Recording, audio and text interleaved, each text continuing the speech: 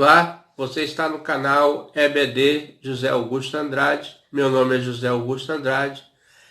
Quero te convidar nesta hora para junto podermos estar fazendo o estudo da revista Palavra e Vida da Convenção Batista Fluminense.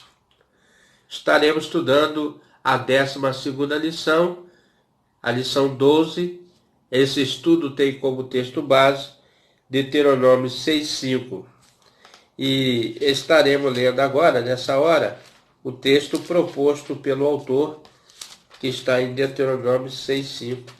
Diz assim: amarás, pois, o Senhor teu Deus, de todo o teu coração, de toda a tua alma, de todo o teu entendimento. E o título dessa lição é O Grande Mandamento. Quem escreveu essa lição desse trimestre foi o pastor Romilton Lourenço. Ele é da Igreja Batista Central em Praça da Bandeira, em São João de Meriti, Rio de Janeiro. Também faz parte da Convenção Batista Fluminense. Desde já nossos agradecimentos.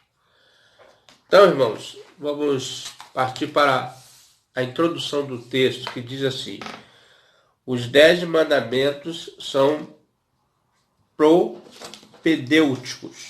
Aí eu estive procurando a palavra propedêuticos, que quer dizer que prepara, introduz algo introdutório, preliminar. Algo preliminar, ou seja, são base para a lei estabelecida no Antigo Testamento, o Decálogo. O Decálogo, o irmão já sabe que são as leis do Código Moral dos 10 mandamentos. É o Código Moral da ética da conduta que norteou o povo de Deus até Cristo Jesus. Até Cristo, esses eram os parâmetros para que, na obediência da lei, a lei serviu de aio, quer dizer, de condutor. Gálatas 3, vamos ler aqui Gálatas 3, 24,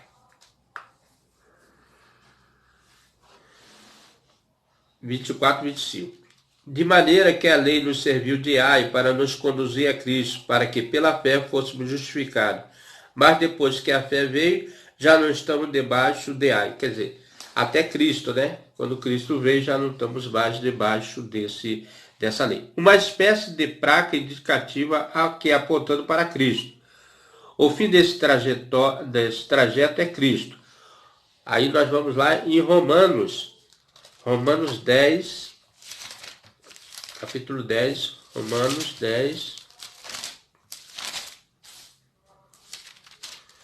4, que diz assim: porque o fim da lei é Cristo, para a justiça de todo aquele que crê. Qual o fim? O fim da lei, é Cristo, é Cristo. Para aquele que crê nele, Muitos cristãos no início do século confundiam a lei com o decálogo. Muitos guardavam a lei de Moisés e pregavam que a circuncisão, por exemplo, era necessária para que houvesse a comunhão entre Deus e os homens. Então aqui há uma pequena diferença, entre a lei e o decálogo, A lei abrangia muitas outras coisas, como lavar copos muitas vezes, e muitas coisas tinha na lei, e os 10 mandamentos são específicos para a lei da conduta moral. O Novo Testamento confirma 9 dos 10 mandamentos para os dias de hoje. Vejamos: não terás outros deuses diante do Senhor. Então, 1 Coríntios, perdão, irmão, tenho sinusite, tá? Sempre estou falando isso para vocês vão ficar cientes. 1 Coríntios 8,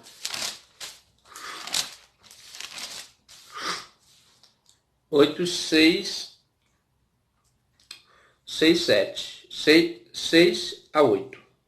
Todavia, para nós há um só Deus, o Pai, de quem é tudo e para quem nós vivemos.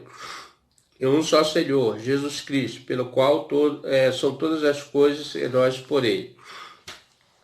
Mas nem todos há conhecimento, porque alguns até agora comem o seu costume para com o ídolo, coisa sacrificada ao ídolo, e sua consciência, sendo fraca, fica contaminada. Ora, o manjar não nos faz agradáveis a Deus, porque se comemos, nada temos demais, se não comemos, nada nos falta. Então, nada nos falta nesses rituais, né? Porque essas coisas não agrada a Deus, né? Coisa sacrificada aos ídolos. Tiago 2,19. Vamos lá para Tiago 2,19. Vou aproveitar. Tiago 2,19.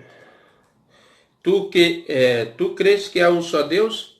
Faz o bem. Também os demônios creem e estremecem. 1 Timóteo.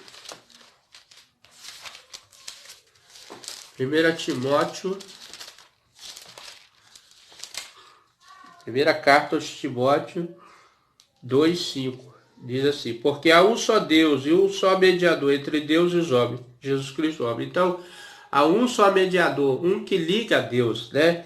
A palavra religião vem de religar, ou religião, religare em latim. Então, Jesus está religando nós à comunhão com Deus. Mateus, vamos para Mateus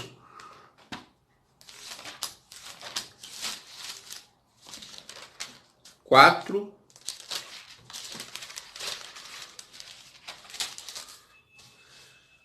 8 a 10.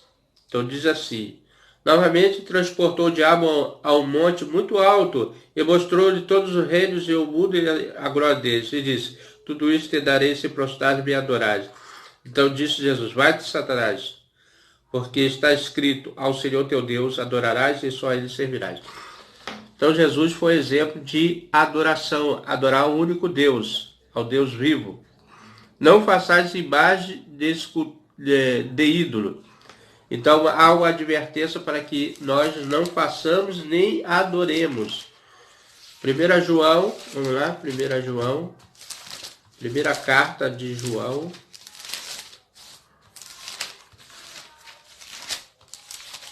Finalzinho, né? Primeira carta de João 5:21. Diz assim: filhinho, guardai-vos dos ídolos. Então, ele recomenda que nós guardemos dos ídolos. 1 Coríntios, estou aproveitando, irmão, esses versículos são importantíssimos para os irmãos entenderem o estudo, né? Então, 1 Coríntios, carta aos Coríntios, 10.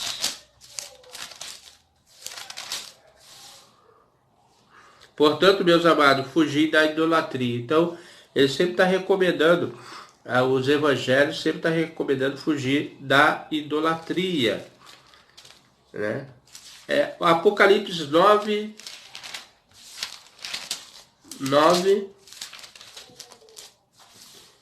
de 20 a 21, que diz assim: e os outros homens que não foram mortos por essas pragas não se arrependeram das obras das suas mãos. Quais eram as obras das mãos? Que eles fabricavam as esculturas, para não adorar os demônios e os ídolos de ouro. Dessas estátuas se esconde o verdadeiro demônios, porque eles se prostram diante desses demônios. E para não adorarem os demônios e os ídolos de ouro, e a prata, de bronze, pedra e madeira, que ninguém pode ver, nem ouvir, nem andar, né? E não se arrependeram dos seus homicídios, nem das suas feitiçarias, nem da sua prostituição, nem das suas ladrões. Com a idolatria vem muitas coisas ruins, né? Terceiro, não use o nome de Deus em vão. Muitas pessoas hoje estão usando o nome de Deus em vão, né? Mas recomenda que nós estejamos muito respeito com o nome de Deus, né? Deus não se brinca. Vamos lá, Mateus 5. Mateus 5, 33. Outra assim ouviste que foi dito aos antigos, não perjurarás, mas cumprirás os teus juramentos do Senhor. Eu, porém, vos digo que de maneira nenhuma jurei nem pelo céu, porque é o trono de Deus. Né? Nem pela terra, nem pelos cabelos dos seus pés, nem por Jerusalém, porque é a cidade do grande rei. Nem jurarás pela tua cabeça, porque não pode tornar o cabelo branco ou preto. Seja, porém, o vosso falar sim, sim, não, não. O que passa disso é procedência maligna. Então, irmão, devemos ter compromisso com Deus, falar somente a verdade, né? Tiago 5, 12. Vamos ver aqui o livro de Tiago. Tiago 5, 12. O que ele fala para nós? Tiago 5, 12. Com a recomendação 5, 12, aliás. Mas, sobretudo, meus irmãos, não jureis, nem pelo céu, nem pela terra, nem façais qualquer outro juramento. Mas o que a vossa palavra seja sim, sim, e não, não, para que não caiais em condenação. Então, a recomendação é que não haja juramento, ou coisas que não se pode cumprir. 1 Timóteo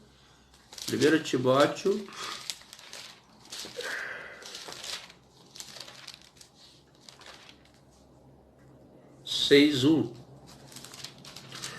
Todos os servos estão debaixo do jugo, estime seus senhores, por digno de toda honra, para que o nome de Deus e a doutrina não sejam blasfemados. Então, recomenda também que nós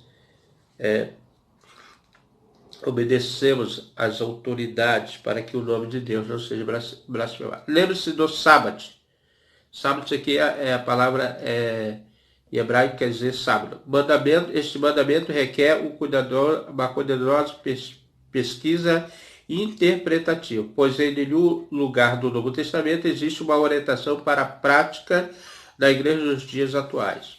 Né? Então não há uma recomendação para que guardasse o sábado, né, do Novo Testamento. Pelo contrário, Jesus muitas vezes foi questionado por quebrantar o sábado, né? Por isso, como foi amplamente explicado na lição 5, o sábado refere ao repouso semanal. Tal descanso é a oportunidade que o trabalhador deve dar ao corpo e ainda aproveitar esta folga para santificar sua vida ao Senhor. Então, quando o sábado foi criado, foi por causa do homem, não o homem por causa do sábado, né? Porque foi pensando no homem que Deus criou. Hebreus 4, de 1. Hebreus 4.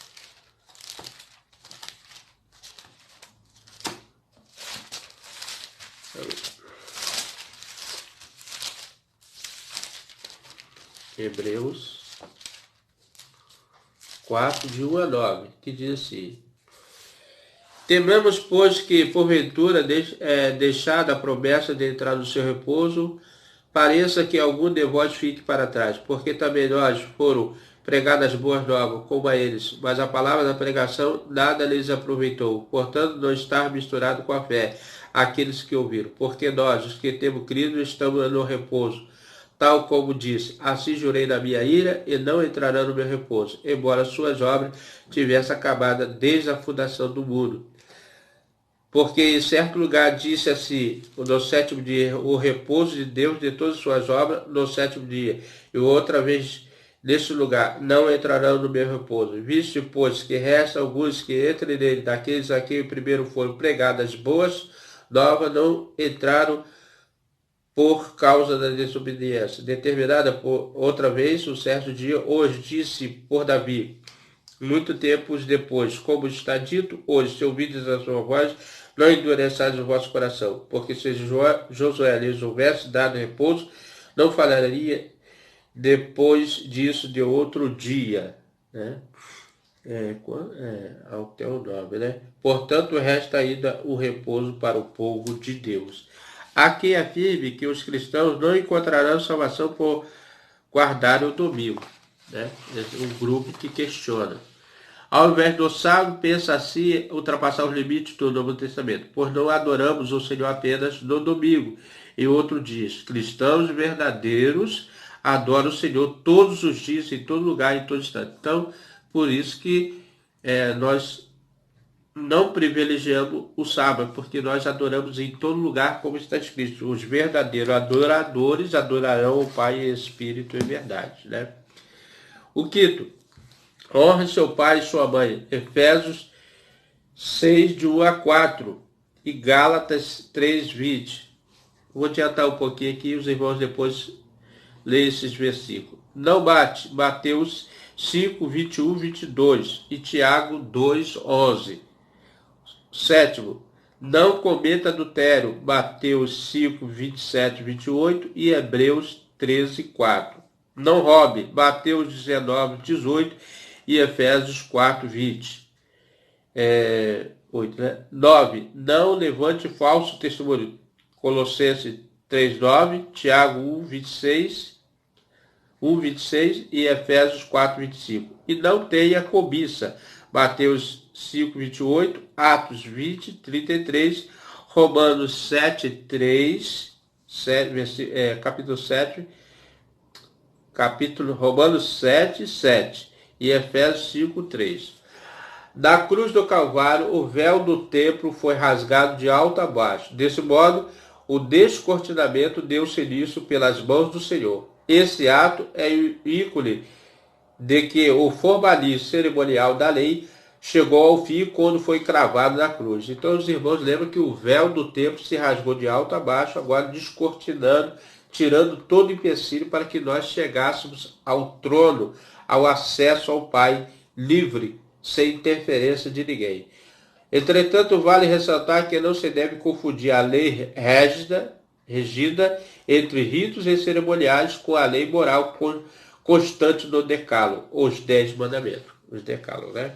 Então, aquela lei foi praticamente, quando Cristo veio, ele cumpriu a lei através da morte dele na cruz. Agora não precisamos fazer aqueles rituais que eles faziam. Agora nós cumprimos os 10 mandamentos, né? Foi no Sermão do Monte, registrado nos capítulos 5 e 7 do Evangelho de Mateus, que Jesus mencionou várias vezes os 10 mandamentos. Cristo não veio para revogar a lei, tampouco os profetas. Isso está em Mateus, vamos ler aqui, Mateus 5, 7. Diz assim: bem-aventurados os misericordiosos, porque eles alcançarão misericórdia, né?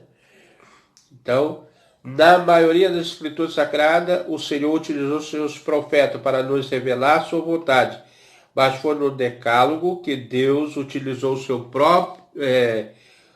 próprio dedo para gravar a sua vontade a nós. Então, os irmãos sabem que quem escreveu ali nas placas de pedras, né, foi Deus. Jesus e os mandamentos.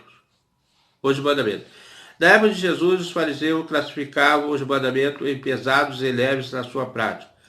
O grande equívoco é que entendia que o rito fosse confundido com as leis morais. Então, eles confundiam as cerimônias, as tradições, com as leis morais. Quais eram as leis morais? Os 10 mandamentos, né?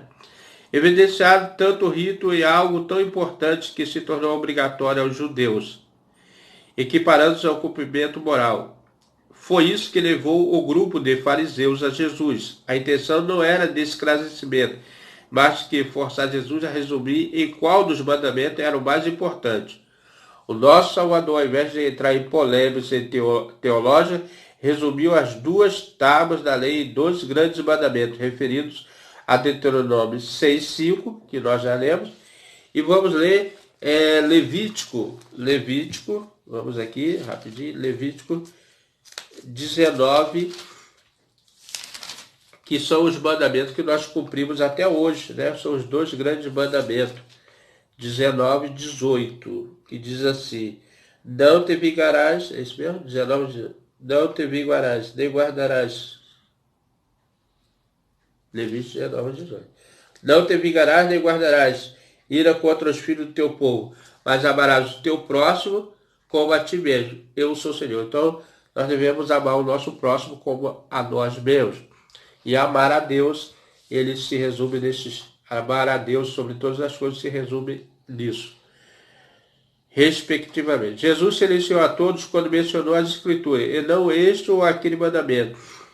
Quando Jesus cita, amarás, pois, o Senhor teu Deus de todo o teu coração, de toda a tua alma, de toda a tua força, de Deuteronômio 6,5, ele faz um resumo do decálogo, do primeiro ao quarto mandamento, pois eles são específicos relacionados ao Criador. Então, por isso que esse versículo de Jesus, ele abrange, porque se resumiu nesses 4 primeiros mandamentos do decálogo. O primeiro grande mandamento de Jesus é uma aliança que exige perfeita lealdade ao Deus Todo-Poderoso. O Criador exige que seu povo, que considere senhorio exclusivo, contrapartida, e ele abençoará os que são fiéis.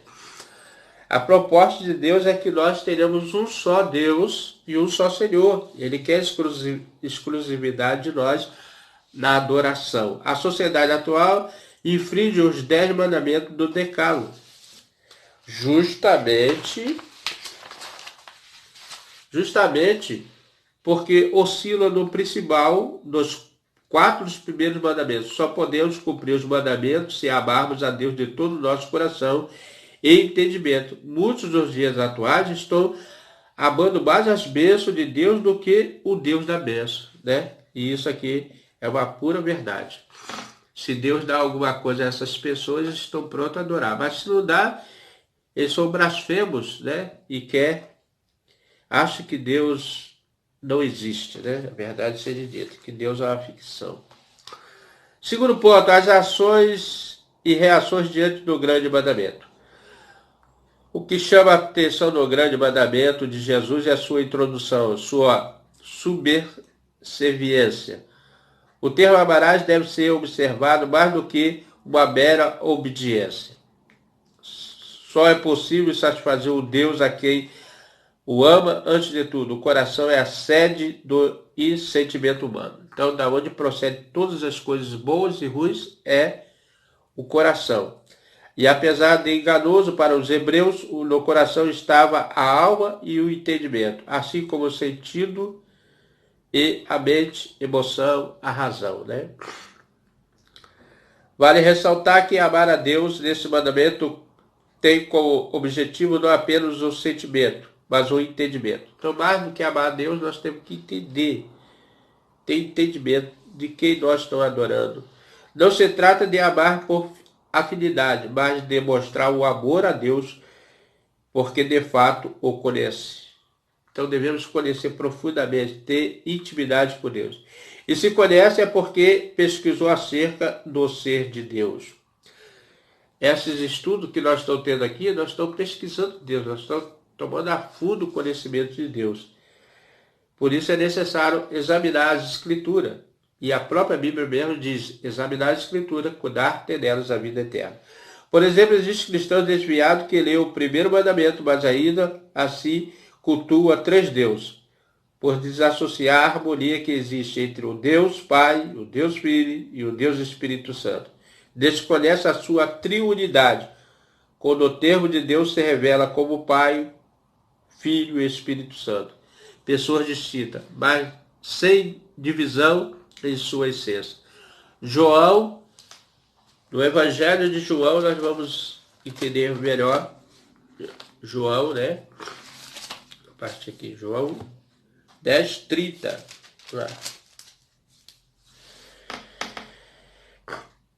Diz assim, eu e o Pai somos um. Então Jesus aqui revelou que não há divisão do Pai, o Filho e o Espírito Santo. Eles são um, de forma distinta. Cada um agiu no seu tempo. Hoje o Espírito Santo está entre nós, Deus, Jesus está entre nós em forma de Espírito, porque Deus é Espírito. E é necessário que nós adoramos a Deus em Espírito e verdade. Mas ele se revela em Pai, Criador. Ele se revela no Filho Redentor.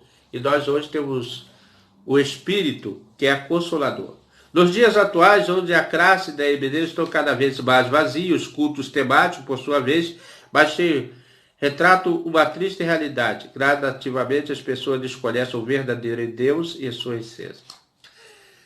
Eu sou apaixonado, irmão, pela escola bíblica dominical. Eu acho que nem todos terão tempo e condições de fazer seminários, vão estudar profundamente a Bíblia. Mas a escola bíblica dominical é uma das ferramentas que nós podemos conhecer a Deus através das Escrituras, estudando metodicamente, né? Por isso, eu recomendo que os novos crentes em Cristo procurem a escola bíblica dominical para aprender mais de Deus. Vamos lá. Desconhece. São inúmeras igrejas lotadas de gente mais vazia do Deus único e verdadeiro. Necessitamos urgentemente de um retorno a Deus. Não apenas voltar para a presença de Deus. Talvez isso fosse o bastante. Mas não se trata de ir ao encontro de Deus com o pires na mão. O grande mandamento de Jesus consiste em uma volta a Deus, de mãos vazias. Que esta estoque no coração, com toda a força e entendimento, diga ao Senhor, vim aqui te adorar, ainda que não seja merecedor nem de estar na sua presença. Ainda assim, vim te adorar, meu Deus, meu Deus. Nós devemos ir a Deus, ao encontro de Deus, com o coração aberto para adorá-lo, sem ter pretensão de pedir nada, mas sim de agradecimento ao Deus Criador. O amor é a base da verdadeira atitude da obediência. Lá, e eu acho que é em Hebreus 13, que fala a essência do amor, né? Ou Coríntios, acho que é Coríntios, não tenho certeza, né? Que fala, ainda que eu falasse a língua dos homens, né? Deixa eu ver aqui, eu acho que é Coríntios, né? 2 Coríntios, não sei, eu acho. Rapidinho aqui, irmão, para tirar minha dúvida, e de vocês também.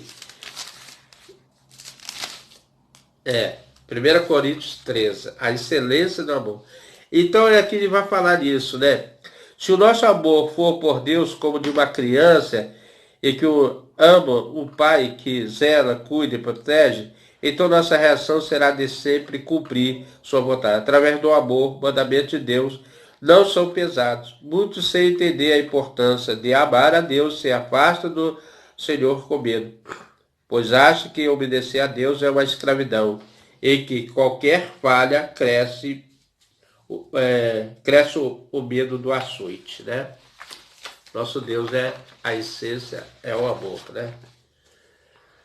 O grande mandamento como a estrada que está... Esse aqui é o terceiro ponto, né? Nós falamos no primeiro ponto, Jesus o mandamento, as ações, segundo ponto, as ações e reações diante do grande mandamento. Agora vamos partir para o terceiro ponto, que é o grande mandamento como a estrada que traz de volta a Deus. Não basta apenas ações para uma aproximação de Deus, pois é necessário pensar, refletir e entender quem Deus é na sua essência para o amá-lo. E como retornar a Deus? Qual o caminho? A resposta está na primeira palavra do grande mandamento: amarás. Então nós vamos falar sobre o amor, né? O amor é o pavimento da estrada. Quando a estrada é pavimentada, né? Quando a rua é calçada, tem uma pavimentação. Então, o amor é o pavimento da estrada que nos aproxima de Deus. É impossível o encontro do Senhor cujo chão é o ódio, rancor ou vingança. O apóstolo Paulo, em sua primeira carta aos Coríntios, disse que sem o amor, o homem é como um sino que faz barulho. 1 Coríntios 13, 1. Então, ainda que eu falasse a língua dos homens e dos anjos, se não tivesse amor, seria como metal que soa ou sino que se tire. Os irmãos já pararam para pensar na badalada do sino, que é aquele estrondo, mas se não tiver o amor, o apóstolo Paulo faz essa comparação, nada nos esclarece, né? Nada nos ensina. O apóstolo Paulo, em sua primeira carta aos Coríntios, já falei isso aqui, né? Ir até Deus sem o amar é mesmo que conversar com uma estátua de mármore. É mesmo que você falar o ídolo mudo, porque ele ali não vai te ouvir, não vai te entender, né? E não vai te responder também, porque ele não tem entendimento como o nosso Deus. Falar de Deus para alguém sem expressar ao Criador o seu amor é como bater uma lata vazia. Ainda que tenhamos o dom de entender perfeitamente a língua dos céus, ou dos anjos, né, introduzida aos homens, pois da mesma forma compreendemos o idioma do homem sem amor, sem ter amor, né? O amor, irmão, como diz lá, o amor tudo suporta, né? Foi por amor que Deus enviou o seu Filho, lá em Romanos 3,16, porque Deus amou o mundo de tal maneira que deu o seu Filho unigênito, o único Filho, único, né, por nós.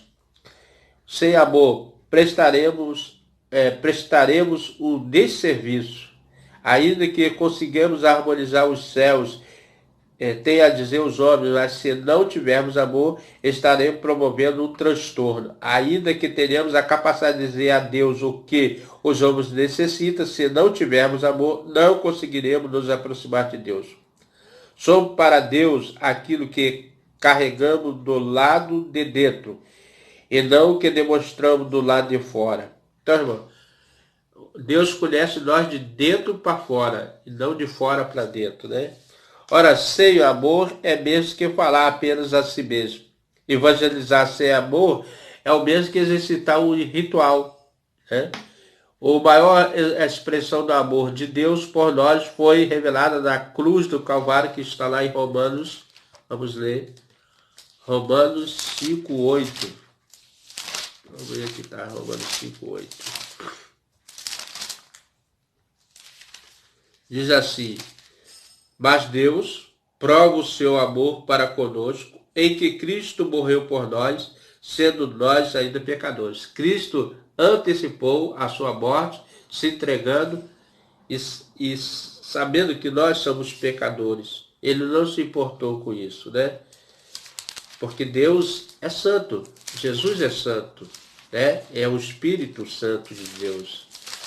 Então, irmãos, nós vemos que Deus puro, santo, imaculado, ele não se importou em nos resgatar de um mundo ainda nós sendo pecadores, nós trazendo na nossa DNA o pecado. Eu quero depois aqui no final ler o versículo desse capítulo 13 de 1 Coríntios, que eu acho interessante. Como obter o amor de Deus, este não é um sentimento natural, pois nascemos pecadores, inclinados para o mal ou distante do Criador. Só pode amar alguém quem não está em litígio. Litígio é aquele que tem uma desavença, né? Está em litígio. Mas ama quem está em paz, ou que está reconciliado, né?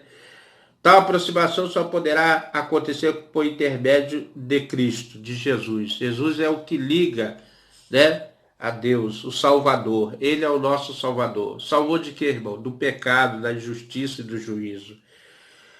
E nos aproximamos mais de Deus quando tem certeza que os nossos pecados foram por Cristo apagados.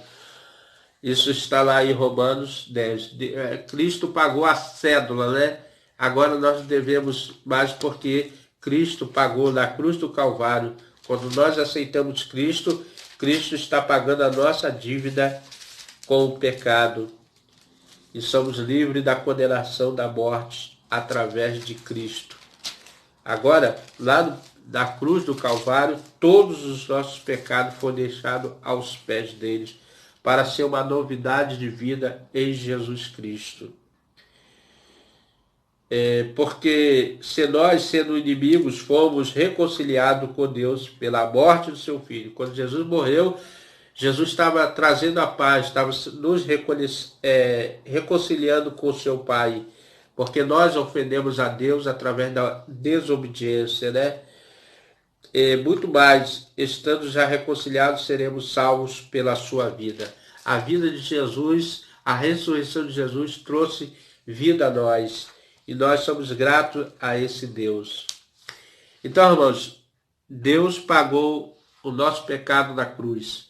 Então, somente precisamos aceitá-lo como Salvador, crer poderosamente que Ele nos deu o seu perdão, maravilhoso perdão, a sua graça. Eu quero ler aqui, para complementar ainda, para pensar e agir, A sociedade atual tem se aproximado ou se afastado de Deus. Qual o caminho que nos aproxima de Deus? Então devemos procurar o caminho de Deus. E nós sabemos que o caminho é Jesus, né? Eu sou o caminho, a verdade e a vida. Jesus falando. Alguém com ódio e sede de vingança consegue se aproximar do verdadeiro Deus? Sem o amor, irmão, não teremos, né? Sabemos que Deus não apenas reposa o amor, pois Deus é amor. Você se sente amado por Deus, consequentemente ama a Deus. De que forma demonstramos o amor de Deus? Primeiro, amando a Deus sobre todas as coisas e depois amando o próximo como a nós mesmos. Esse é o cumprimento da lei do amor. Mas agora eu quero ler esse versículo aqui, que quando um dia eu estava lendo em Apocalipse, né, e lá no final tinha um livro, o mais importante é o amor, e esse versículo aqui lá no final me tocou, que diz assim, quando ele fala que as profecias, tudo vão passar, e ele diz assim, agora permanece a fé. Realmente a fé tem permanecido nos corações dos homens. A esperança, nós temos esperança de um dia morar com Deus nos céus. Todos nós cremos em Cristo, temos essa esperança. Temos a fé, a esperança e o amor. Aí ele faz esses três, mas o maior destes é o amor.